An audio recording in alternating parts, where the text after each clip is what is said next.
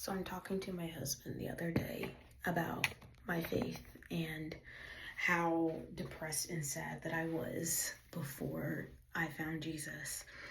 And I'm like, you have no, you have no idea how much me being here today relies on my relationship with Christ. Like, I would not be here today if it wasn't for my relationship with the Lord. If I lost God, I would have nothing. I would have no reason to live.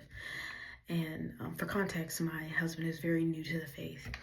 And he's like, what if scientists one day found out some evidence that Jesus isn't who he says he is? And, what would you do? And I was like, number one, highly doubt that would happen because Jesus is who he said he is. And I believe in the God of the Bible and I believe his word.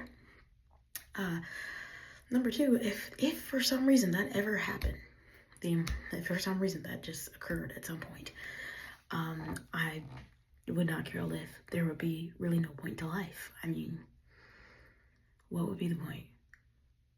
My heart begs for eternity. And if I found out that there was no eternity, why, you know? And so I was like, I probably would go back to being in that very dark place that I was in.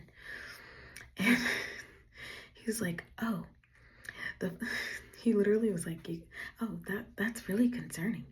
Why would you say that?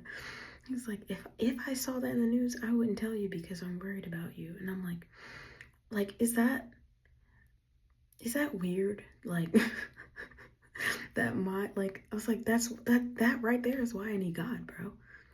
That right there is why I need God, because I've been there. I've been at the end of my rope. I've been at rock bottom, and God was the only thing that brought me out. I couldn't even bring myself out from that place.